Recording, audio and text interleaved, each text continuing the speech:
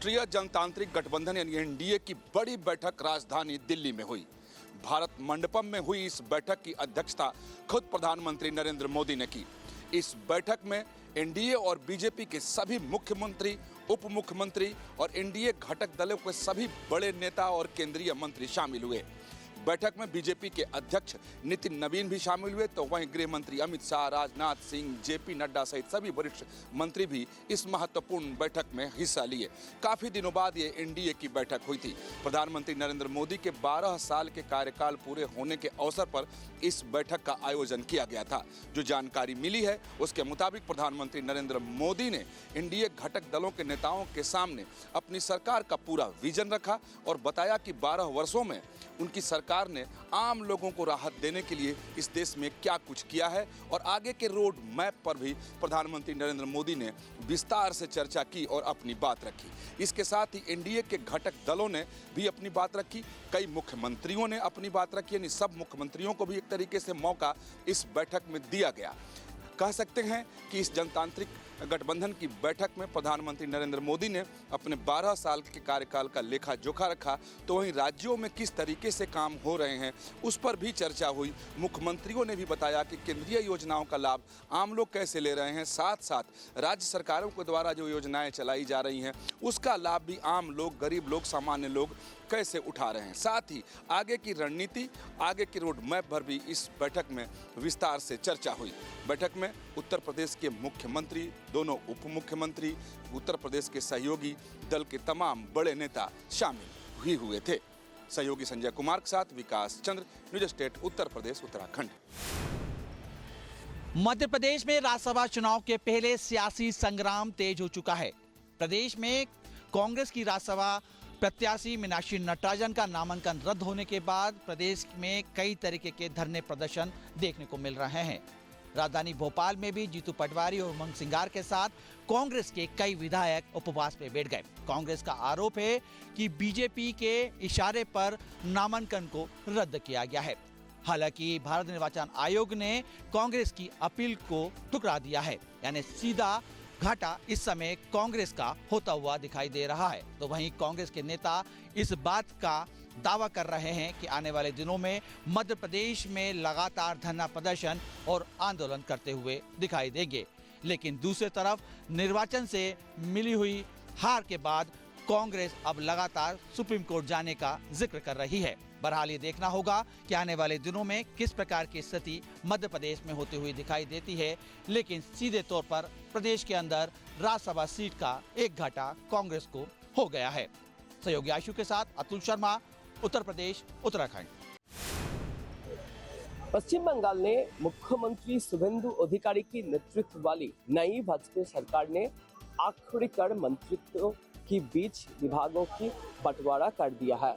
1 जून को हुए पहली कैबिनेट विस्तार के 10 दिन बाद राज्य सरकार ने 35 नए मंत्रियों को उनके विभाग सौंपने की आधिकारिक घोषणा कर दी। लंबे समय से चल रहे आंदोलन पर अब विराम लग गए है।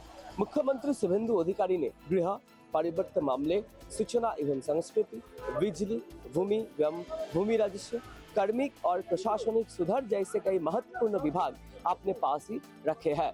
भाजपा के वरिष्ठ नेता सपन दासगुप्ता को फिनांस विभाग की जिम्मेदारी सौंपी गई है। वहीं तृणमूल कांग्रेस छोड़कर भाजपा में आए वरिष्ठ विधायक तापस राय को उद्योग एवं वाणिज्य विभाग का प्रभार दिया गया है। वरिष्ठ चिकित्सक और विधाननगर से पहली बार विधायक बने वो शरद मुखर्जी को स्वास्थ्य एवं परिवार कल्याण विभाग की जिम्मेदारी दी गई है। वहीं नोआपाड़ा के विधायक अर्जुन सिंह को परिवहन और श्रम विभाग की सौंपे गए हैं। सरकार ने शिक्षा विभाग को फिर 2 हिस्सों में बांटा है। उच्च शिक्षा और कौशल विकास विभाग जगन्नाथ चट्टोपाध्याय को दिया गया है, जबकि स्कूल शिक्षा विभाग दीपक बर्मन को सौंपे गए हैं। दीपक बर्मन को आवास और एमएसएमई विभाग की जिम्मेदारी भी मिली है। न्यूज स्टेट, उत्तर प्रदेश, उत्तराखंड के लिए अरित्र घोष, कोलकाता, वेस्ट बंगाल। टीएमसी में राजनीतिक घमासान लगातार बढ़ता जा रहा है, लेकिन इस बीच एक बड़ी खबर ये सामने आ रही है कि टीएमसी का विलय अब कांग्रेस में होने जा रहा है। ये वजह इसकी ये है कि जिस तरह से बागी सांसद और विधायक टीएमसी के पार्टी छोड़ रहे हैं और दूसरी पार्टियों में ज्वाइन कर रहे हैं, इसको देखते हुए टीएमसी को खतरा इस बात को लेकर के है कि कहीं पार्टी खत्म ना हो जाए। और ऐसे में अगर पार्टी खत्म होती है तो वर्चस्व की लड़ाई फिर आगे चल के कौन लड़ेगा? सबसे बड़ी पार्टी इस समय बीजेपी के सामने कांग्रेस ही है और यही विकल्प जो है ममता बनर्जी और अभिषेक बनर्जी को समझ में आ रहा है।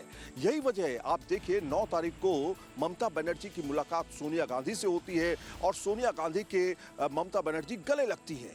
इसके साथ में अभिषेक बनर्जी सोनिया गांधी के घर पे मिलते हैं और लंबी 1.5 घंटे की मुलाकात होती है।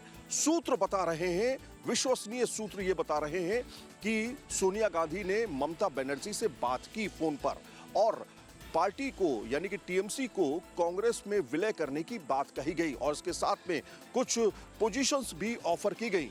ये कहा गया कि ममता बनर्जी जी, हम आपको पार्टी यानी कांग्रेस का राष्ट्रीय उपाध्यक्ष बना देंगे। इसके साथ में अभिषेक बनर्जी को ऑफर दिया गया कि उनको राष्ट्रीय महासचिव बना दिया जाएगा। ऐसे में क्या टीएमसी खत्म हो जाएगी?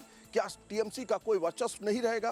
क्या टीएमसी आने वाले समय में एक तरह से खत्म पार्टी मानी जाएगी? वजह यही है कि लगातार जिस तरह से तमाम सांसद विधायक टीएमसी का दामन छोड़ रहे हैं और बीजेपी में ज्वाइन कर रहे हैं, ये अपने आप में टीएमसी के लिए बहुत खतरे का समय है। और ऐसे समय में जब कहते हैं कि दुश्मन का दुश्मन दोस्त होता है, वो अब करीब आ चुके हैं। कांग्रेस भी लगातार कोशिश कर रही है कि कुछ सांसद, कुछ विधायक कांग्रेस की तरफ आ जाए जिससे वो मजबूत हो। वहीं बीजेपी भी ये चाह रही है कि टीएमसी के ज़्यादा से ज़्यादा सांसद उनके तरफ आए ताकि परिसीमन का जो मामला है कहीं ना कहीं जिसको वो पूरा नहीं कर पाए नंबर्स की वजह से, उसे पूरा किया जा सके। बहुत ही बड़ा राजनीतिक खेल इस समय चल रहा है दोनों पार्टियों में। देखना ये होगा कि आने वाले समय में क्या होने जा रहा है, क्योंकि आप देखिए कांग्रेस लगातार कोशिश कर रही है अपने आप को ज़मीनी तौर पर मजबूत करने की और उसको अब सहारा लेना पड़ रहा है खास तौर पर टीएमसी का, और टीएमसी को सहारा लेना पड़ रहा है कांग्रेस का। वीडियो जर्नलिस्ट जयराम के साथ सईद आमिर, दिल्ली। दिल्ली में तृणमूल कांग्रेस के संसदीय दल में चूट और भी साफ नजर आ रही है। पहले ही काकोली घोष दस्तीदार के नेतृत्व में लोकसभा की 20 बागी सांसदों ने एनडीए को समर्थन देने की संकेत दिया है। सूत्र के मुताबिक इन 20 बागी सांसदों में एक समय अभिषेक बनर्जी की करीबी मानी जाने वाली सांसद सायनी घोष का नाम भी शामिल है।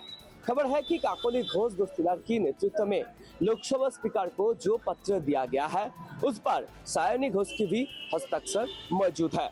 लोकसभा के साथ साथ राज्यसभा में भी तृणमूल में टूट की खबरें सामने आ रही है।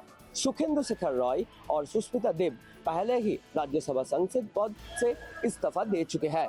सुनने में आ रहा है कि राज्यसभा की एक और सांसद भी इस्तीफा दे सकते हैं। सूत्र के अनुसार राज्यसभा सांसद कोयल मल्लिक भी अपना पद छोड़ सकती है।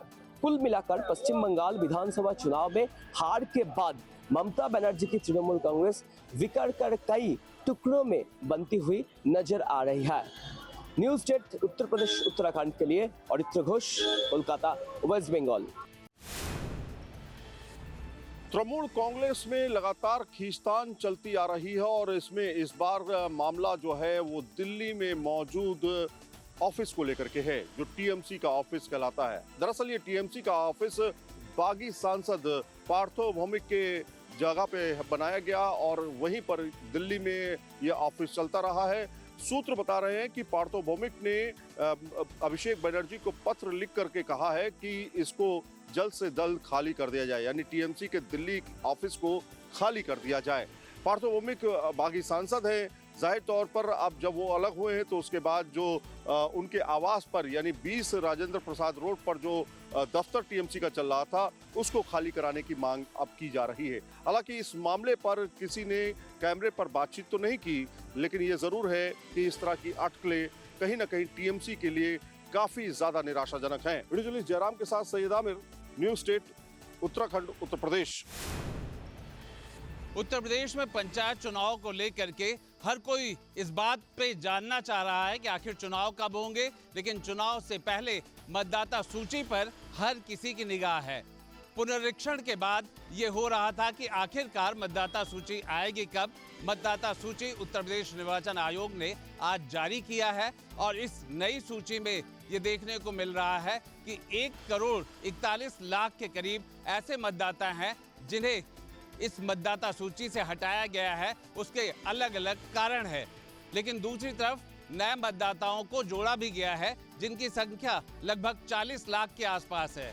इन मतदाता सूची को जिले में जारी किया जाएगा, जहां पर मतदाताओं को विशेष तौर पे 9 अंक का विशिष्ट अंक दिया गया है, जिससे वो अपनी पहचान कर सकते हैं, मतदाता सूची में अपने नाम को देख भी सकते हैं। वीडियो जर्नलिस्ट सूफी खान के साथ आलोक पांडे, न्यूज स्टेट, लखनऊ। दिल्ली सरकार ने पॉल्यूशन और प्रदूषण को कम करने के लिए एक नई पहल जो है वो शुरू करने जा रही है। इसके तहत जो भी सरकारी कर्मचारी जो अपने निजी वाहन से आते हैं, अगर वो प्राइवेट वाहन छोड़कर जो सरकारी वाहन है यानी कि पब्लिक ट्रांसपोर्ट का इस्तेमाल करते हैं, तो उनको प्रोत्साहन राशि दी जा सकती है ताकि वो लोग आने वाले समय में इसे और से ज़्यादा प्रयोग करें और आने वाले समय में इस गाड़ियों को कम करने से सीधे तौर पर इसका असर जो है वो प्रदूषण जो है वो कम करने पे नज़र आएगा। दिल्ली सरकार ने फिलहाल इसको लेकर अभी कोई अधिसूचना जारी नहीं की है, लेकिन दिल्ली सरकार इसको लेकर योजना बना रही है, जहां पर जो सरकारी अधिकारी हैं वो अपनी निजी वाहन को छोड़कर प्राइवेट वाहन यानी कि जो सरकार की तरफ से जो वाहन होते हैं जिसको लोग इस्तेमाल करते हैं, अगर उस वाहन को इस्तेमाल करते हैं तो उसका सीधा फ़ायदा उन्हें प्रोत्साहन राशि के तौर पर दिया जाएगा। वीडियो जर्नलिस्ट शर्मा के साथ Utkarsh, news state, UP UK. Delhi अग्निकांड में अनियमितताएं केवल मालवीय नगर के होटल की आग को लेकर नहीं, बल्कि उसके बाद लीपापोती की पूरी कार्रवाई को लेकर भी नजर आती है, बुलडोजर एक्शन को लेकर भी नजर आती है। क्योंकि यहाँ आपको पीछे वो जली हुई इमारत नज़र आएगी, जिस इमारत में आग लगी थी। 21 लोगों की मौत हो गई, 45 से लेकर 47 लोगों ने जान बचाने की कोशिश की। कोई सीढ़ी के ज़रिए नीचे उतरा तो कोई जलते गद्दे से कूदा और उसके बाद की गई बुलडोजर एक्शन की कार्रवाई। और सिर्फ 70 मीटर के पूरे इलाके में कार्रवाई हुई है, वो भी जहाँ मुनासिब लगा वहाँ कार्रवाई हो गई। इस होटल के साथ में आप देखिए 2 दुकानें हैं, वहाँ पर कोई बुलडोजर एक्शन, मैं चाहूँगा कि मेरे कैमरा सहयोगी धीरे धीरे दिखाएं कि साथ में जो 2 दुकानें हैं यहाँ पर सीढ़ियाँ तोड़ने की कार्रवाई नहीं की गई, क्योंकि ये दरअसल उस बैरिकेटिंग के दूसरी तरफ है जहाँ पर बुलडोजर नहीं जा पाया। जब बुलडोजर चला तब यहाँ पे एक पीसीआर खड़ी हुई थी, यानी पुलिस की वैन खड़ी हुई थी। तो जहाँ पुलिस की गाड़ी खड़ी हुई थी वहाँ भी सीढ़ियाँ बच गई, उन सीढ़ियों पे कोई बुलडोजर नहीं चला। और जो बैरिकेडिंग की थोड़ी दूसरी तरफ थी, लगभग 70 मीटर का इलाका, वहाँ पर सीढ़ियाँ तोड़ दी गई और यहाँ से लेकर के और आगे तक सीढ़ियाँ टूटी हुई नज़र आती है। और हमारे साथ ना जो इस दुकान के मालिक है वो भी मौजूद है, हम उनसे बात करेंगे। सर, आपकी सीढ़ियों से कितने लोग बचे होंगे? और बुलडोजर की कार्रवाई ऐसा लग रहा है कि आधी सीढ़ी टूटी आधी नहीं टूटी, क्या नाम हुआ पहले? माजिद नाम है मेरा। सीढ़ी तो हमने दे दी थी, साइड वाली रोड से सीढ़ी लगा रखी थी, तो वहाँ से जितने बचे होंगे 10-15 के आसपास तो सीढ़ी से बिल्कुल बहुत उतरे थे। वहाँ वीडियो में आ रहा है और वीडियो में तो एक तरफ तो हमने देखा कि एक व्यक्ति ने गद्दे से लोगों को बचाने की कोशिश की, उनका नाम भी हुआ, और आपने सीढ़ी बचाने की कोशिश की, आपका तो यहाँ बुलडोजर चल गया। अब बस वो तो गेहूं में घुन तो पिसता ही है जी। कैमरा सहयोगी अजय कुमार सिंह के साथ राहुल डबास, दिल्ली।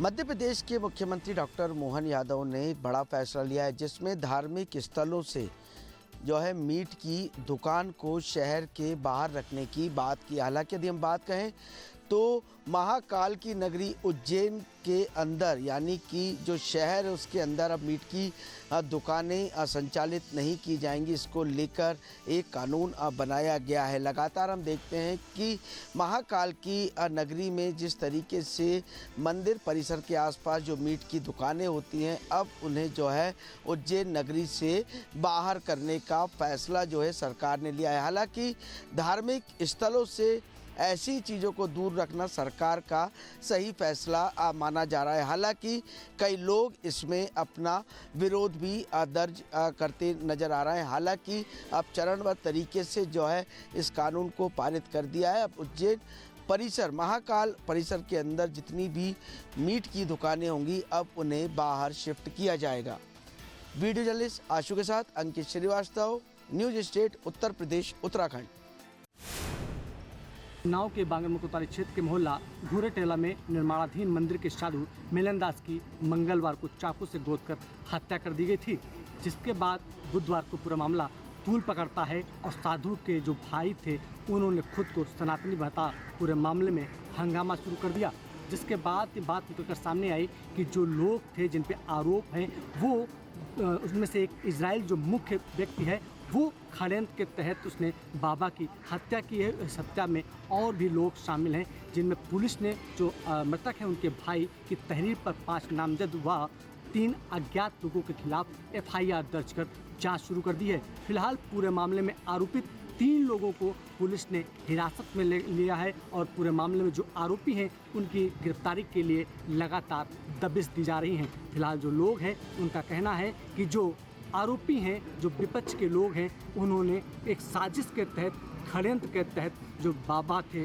साधु मिलन दास उनको दूसरे स्थान पर ले जाते हैं। जो सभासद अतीक का स्थान था वहाँ पर उनको धोखे में रखकर उनके साथ विश्वासघात करके चाकू से उनके गर्दन पे व पीठ पर कई वार करके मौत के घाट उतार दिया है। फिलहाल जो साधु थे उनका परिजनों ने अंतिम संस्कार कर दिया है और जो प्रशासन है उन्होंने परिवार की मांगों को जल्द ही पूरा करने का आश्वासन भी दिया है। फिलहाल जो मृतक की बहन है वो आरोपियों के इनकाउंटर की मांग कर रही हैं और जो प्रशासन है उन्नाव उसने सुरक्षा के लिहाज से यहाँ पे फिलहाल पुलिस बल भारी संख्या में तैनात रखा है। अब जो अधिकारी हैं उनका दावा है कि जो भी परिवार की मांगे हैं उन्हें पूरा किया जाएगा और जो कानून व्यवस्था है वो पूरी तरीके से नियंत्रण में है, कहीं भी किसी तरह की दिक्कत नहीं है। Rahul Shukla, news state Uttar Pradesh Unnao.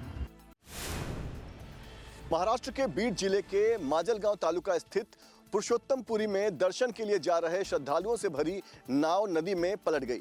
नाव में 50 से अधिक लोग सवार थे, जिससे अचानक संतुलन बिगड़ गया और बड़ा हादसा हो गया। इस दुर्घटना में एक महिला श्रद्धालु की डूबने से मौत हो गई, जबकि कई लोग नदी में गिरकर फंस गए। घटना के बाद मौके पर अफरा तफरी मच गई और चीख पुकार सुनाई दी। सूचना मिलते ही स्थानीय ग्रामीण, पुलिस और प्रशासन की टीमें मौके पर पहुंची और राहत एवं बचाव कार्य शुरू किया गया। कई श्रद्धालुओं को सुरक्षित बाहर निकाला गया, जबकि घायलों का इलाज नजदीक के अस्पताल में किया जा रहा है। प्रशासन अब इस पूरे मामले में जांच करा रही है। वीडियो जर्नलिस्ट सिद्धेश वाजके के साथ पंकज मिश्रा, न्यूज स्टेट उत्तर प्रदेश उत्तराखंड।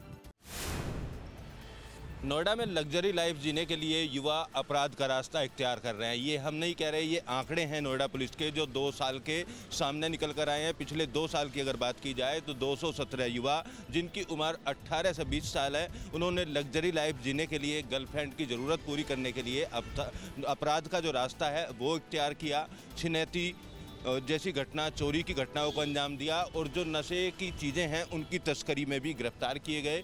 217 लोगों को 2 साल में नोएडा के अलग अलग थाना पुलिस ने गिरफ्तार किया है। फिलहाल इस आंकड़े के बाद चिंता ज़रूर बढ़ गई है। एक तरफ नोएडा पुलिस भी लगातार जो जागरूक अभियान है वो चलाती है और युवाओं को सही दिशा में जाने की बात की जाती है। वहीं नोएडा जैसे शहर में या ग्रेटर नोएडा में अगर 2 साल के अंदर 217 युवा केवल लग्जरी लाइफ जीने के लिए अपराध का रास्ता इख्तियार करते हैं, ये सोचने वाली बात होगी। तो युवा पीढ़ी की जो डिमांड है, उनकी जो असीमित इच्छाएं हैं, जो उनका लग्जरी लाइफ जीने की उनकी जो कोशिश होती है, उसके लिए पैसे चाहिए और वो चकाचौंध की दुनिया में इन्हीं पैसों के लिए क्राइम की तरफ वो मुड़ जाते हैं। जो यंगस्टर्स थे मुलजिम, वो उन्होंने स्वीकार किया कि उन्होंने अपने महंगे शौक़ पूरा करने के लिए, बाइक के लिए, घड़ी के लिए, स्पोर्ट्स शू के लिए और चश्मे के लिए और इस तरह से जो लग्जरी लाइफ की जो चीज़ें हैं, आइटम्स है, उसको पूरा करने के लिए इन्होंने ये सब रास्ते अपनाए। वीडियो जर्नलिस्ट कुलदीप बालियान के साथ अमित चौधरी, न्यूज स्टेट नोएडा। जेपी अस्पताल के बाहर हैं और बीते दिन एक बड़ी कार्रवाई जो है वो दिल्ली सरकार ने की है। देखिए, स्वास्थ्य विभाग में कई जगहों पे वित्तीय अनियमितता जो है वो पाई गई थी। देखिए, सेंट्रल प्रोक्योरमेंट एजेंसी ने 650 करोड़ से अधिक घोटाले मामले में दिल्ली सरकार ने अब एसीबी की जांच जो है उसका आदेश दे दिया है और सीधे तौर पे देखिए जो खुद दिल्ली के उपराज्यपाल हैं और मुख्यमंत्री ने इस जाँच का आदेश दिया है। दिल्ली हेल्थ सिस्टम में 650 करोड़ से ज़्यादा का घोटाला जो है वो सामने आया है और ऐसे में उपकरणों की खरीद में बड़ा खेल जो है उजागर हुआ है, जिसको लेकर खुद मुख्यमंत्री ने जांच के आदेश दे दिए हैं। सरकारी अस्पतालों में दवाई, मेडिकल उपकरण, चादर, एक्सरे मशीन और एनेस्थेसिया उपकरणों की खरीद में भारी अनियमितता जो है वो पाई गई है। अब इसके बाद जो ये वित्तीय अनियमितता है उसको लेकर एक जांच के आदेश जो हैं वो दे दिए गए हैं। आज भी दिल्ली के LNJP अस्पताल में अगर कोई आता है तो महंगी दवाइयाँ जो है उन्हें बाहर से खरीदनी होती है। कुछ दवाइयाँ जो है उन्हें अंदर मिल जाती हैं, लेकिन बाकी दवाइयाँ जो है उन्हें बाहर खरीदनी पड़ती है। जांच एजेंसी के द्वारा जांच जो है वो आदेश दे दिए गए हैं और ये पता चला है कि 650 करोड़ से ज़्यादा का अनियमितता जो है, घोटाला जो है वो उजागर हुआ है। इसमें सबसे ज़्यादा दवाइयों की खरीदी को लेकर है, एक्सरे मशीन की खरीदी को लेकर है, एनेस्थीसिया की दवाई को लेकर, खरीदी को लेकर है। इन तमाम चीज़ों को लेकर जब न्यूज़ नेशन ने अपनी खबर प्राथमिकता से दिखाई, उसके बाद अब इस पर कार्रवाई हुई है, जांच के आदेश हो चुके हैं। दिल्ली सरकार के स्वास्थ्य मंत्री ने भी सीधे तौर पे कहा है कि अनियमितता पाई गई है और इसके पैसे को लेकर अभी तक जानकारी उन्होंने साझा नहीं की, लेकिन ये कहा कि दिल्ली के मुख्यमंत्री रेखा गुप्ता को ये बात लगी है और इस पर जांच के आदेश दिए गए हैं, उस पर कार्रवाई होगी। आज भी LNJP अस्पताल के बाहर अगर आप आएंगे तो कुछ ऐसे लोग मिलेंगे जिन्हें दवाइयाँ जो हैं वो पूरी तरीके से नहीं मिल रही हैं, कुछ दवाइयाँ जो हैं वो मिल जा रही हैं, तो कुछ ऐसी दवाइयाँ हैं जो उन्हें बाहर से खरीदनी पड़ रही है। वीडियो जर्नलिस्ट शर्मा के साथ उत्कर्ष, दिल्ली।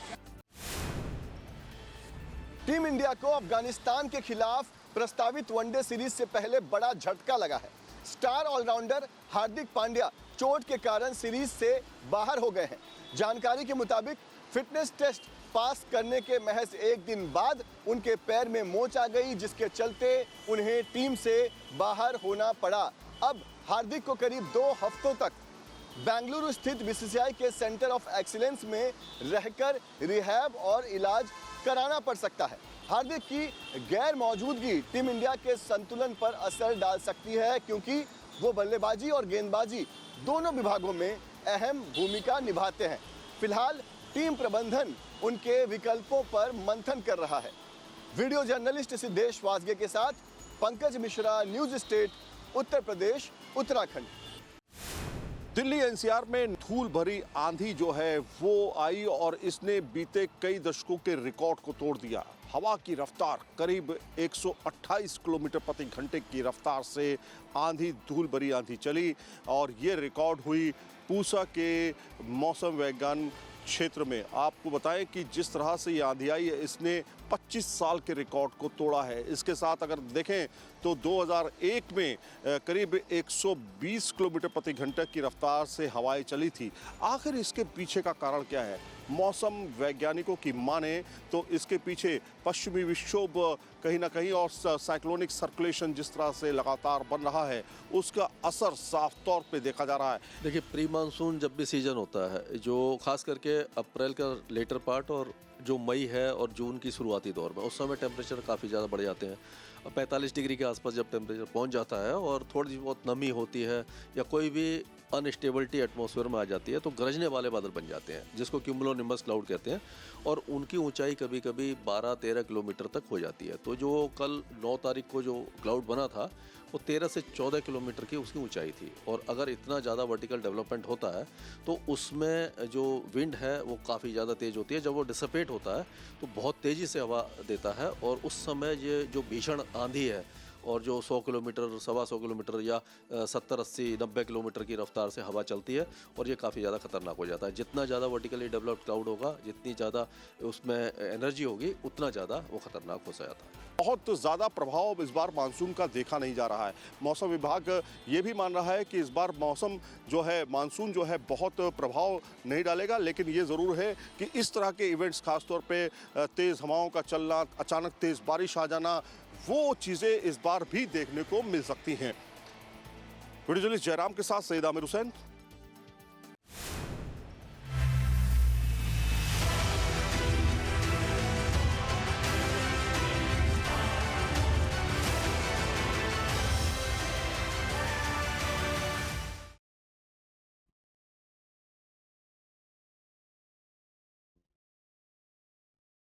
आपके मोबाइल पर तुरंत आएगी ब्रेकिंग न्यूज। स्क्रीन पर सबसे पहले दिखेगी बड़ी खबर, देश दुनिया की हर खबर एक जगह। अब आपके मोबाइल पर तुरंत फटाफट इंस्टॉल कीजिए न्यूज नेशन ऐप और रखिए खुद को अपडेट।